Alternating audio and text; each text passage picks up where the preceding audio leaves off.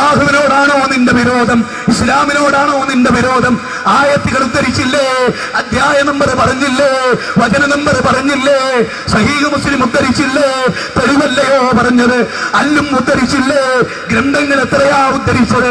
ഫത്വൽ Moeen ഉദ്ധരിച്ചില്ലേ? ഇത് തെളിവല്ലയോ? ഇത് ചരിത്രമല്ലയോ? ഇത് വിപ്ലവമല്ലയോ? ഇത് ഖുർആനല്ലയോ? വേറെ എന്താണ് ഞങ്ങൾ നിങ്ങളോട് പറഞ്ഞത്? അതുകൊണ്ട് പ്രിയപ്പെട്ടവരെ, മുജാഹിദ് പ്രസ്ഥാനത്തെ അടുത്തറിയുക, മുജാഹിദ് പ്രസ്ഥാനത്തെ പഠിക്കുക, മുജാഹിദ് പ്രസ്ഥാനത്തെ അടുത്തറിയാൻ നിങ്ങൾ ശ്രമിക്കുക. പോലീസ് ഡിപ്പാർട്ട്മെന്റിന് പ്രയാസമുണ്ടാക്കുന്നുണ്ടാവാം നമ്മുടെ പ്രസംഗം. അതുകൊണ്ട് രാജ്യത്തിന്റെ സുരക്ഷയ്ക്കും നാടിന്റെ നന്മയ്ക്കും വേണ്ടി മുജാഹിദ് പ്രസ്ഥാനത്തിന്റെ പ്രവർത്തകൻ എന്ന നിലയിൽ എന്റെ പ്രസംഗം ഞാനിവിടെ അവസാനിപ്പിക്കുകയാണ്. പേടി കൊണ്ടാണെന്ന് നിങ്ങൾ മനസ്സിലാക്കിയെങ്കിൽ ഒരിക്കലുമല്ല, ഭീതി കൊണ്ടാണെന്ന് നിങ്ങൾ മനസ്സിലാക്കിയെങ്കിൽ ഒരിക്കലുമല്ല. പോലീസുകാർക്ക് മുജാഹിദ് പ്രസ്ഥാനം ഒരു തലവേദനയാകരുത് എന്നതുകൊണ്ടാണ്, നിയമപാലകർക്ക് ഒരു തടസ്സമുണ്ടാകരുതെന്നുകൊണ്ടാണ്, ഇന്ത്യൻ രാജ്യത്തിന്റെ നിയമം പാലിക്കുന്നത് കൊണ്ടാണ്.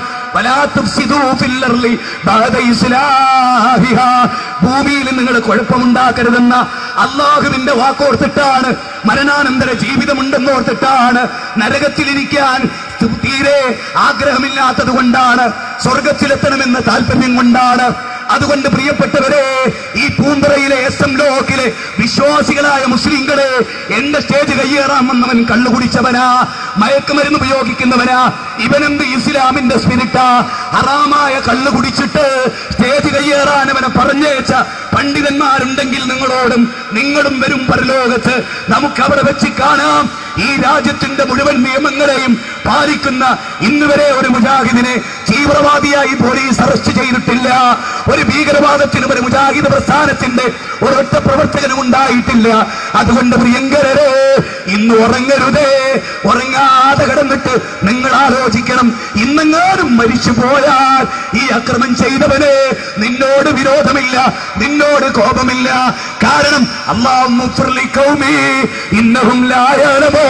എന്ന് തായിഫെന്ന് പ്രാർത്ഥിച്ച അല്ലാഹുവിന്റെ റസൂലിനെ അനുധാവനം ചെയ്യുന്ന സലഫി പ്രസ്ഥാനം നിങ്ങൾക്ക് വേണ്ടി പ്രാർത്ഥിക്കുകയാണ്. എന്റെ മൈക്ക് പിടിച്ചവനെ, ആയത്തും ഹദീസും ഉദ്ധരിച്ചതിനെ ആക്രമിച്ചവനെ, നിനക്ക് പരലോകത്ത് അല്ലാഹു ശിക്ഷ തരാതെ നിനക്ക് പുറത്തു തരട്ടെ, നിനക്ക് ഹിദായത്ത് തരട്ടെ എന്ന് പ്രാർത്ഥിച്ചുകൊണ്ട് അള്ളാഹു നമ്മെ അനുഗ്രഹിക്കുമാറാകട്ടെ. പ്രിയപ്പെട്ടവരെ, ഒരു പ്രശ്നമില്ല, അള്ളാഹു അനുഗ്രഹിക്കും. അള്ളാഹു അനുഗ്രഹിച്ചിട്ടേ ഉള്ളൂ എന്നും. അള്ളാഹു നമ്മെ അനുഗ്രഹിക്കട്ടെ. നിങ്ങളുടെ വിഷയങ്ങൾ കേട്ടു, അതിന്റെ മൂർധന്യത്തിൽ നിങ്ങളത് കേട്ടുകൊണ്ടിരിക്കുകയായിരുന്നു. നിങ്ങൾ കേൾക്കുന്നു എന്നതാണ് അവരുടെ പ്രയാസം. നിങ്ങളെങ്ങാനും നന്നായാൽ, നിങ്ങളെങ്ങാനും മുജാഹിദ് പ്രസ്ഥാനം അനുസരിച്ച് ജീവിച്ചാൽ ഈ നാട്ടിൽ പലർക്കും ജീവിക്കാൻ കഴിയില്ല. അവരുടെ പൗരോഹിത്യമാണ് അവസാനിക്കുക. അതുകൊണ്ട് നിങ്ങൾ പഠിക്കുക, മുജാഹിദ് പ്രസ്ഥാനത്ത് നിങ്ങൾ പഠിക്കുക, മുജാഹിദ് പ്രസ്ഥാനത്ത് അടുത്തറിയുക. എന്നിട്ട് അതിനനുസരിച്ച് അടുത്ത ജുമയ്ക്ക് പള്ളിയിലേക്ക് ഫുള്ളായിട്ട് വരിക. 5 നിലയുണ്ട്, അവിടെ വരിക, ദീന് പഠിക്കുക. അള്ളാഹു അനുഗ്രഹിക്കട്ടെ. ദീനനുസരിച്ച് ജീവിക്കുന്ന സജ്ജനങ്ങളിൽ അള്ളാഹു നമ്മെ ഉൾപ്പെടുത്തുമാറാകട്ടെ. ഈ പ്രോഗ്രാമിനെ ഈ സമയത്ത് നിർത്തിവെക്കേണ്ടി വന്നതിൽ അതിന് കാരണക്കാരായവർക്ക് അള്ളാഹു പുറത്തു കൊടുക്കുമാറാകട്ടെ. അവരെ കൺട്രോൾ ചെയ്ത് അയച്ചവർക്കും അള്ളാഹു പുറത്തു കൊടുക്കുമാറാകട്ടെ. നമ്മുടെ ഭാഗത്ത് എന്തെങ്കിലും അപാകത വന്നിട്ടുണ്ടെങ്കിൽ അള്ളാഹു നമുക്കും പുറത്തു തരുമാറാകട്ടെ. റബ്ബനാ ആതിനാ ഫിദ്ദുനിയ ഹസന വഫിൽ ആഖിറതി ഹസനത വഖിനാ അദാബന്നാർ.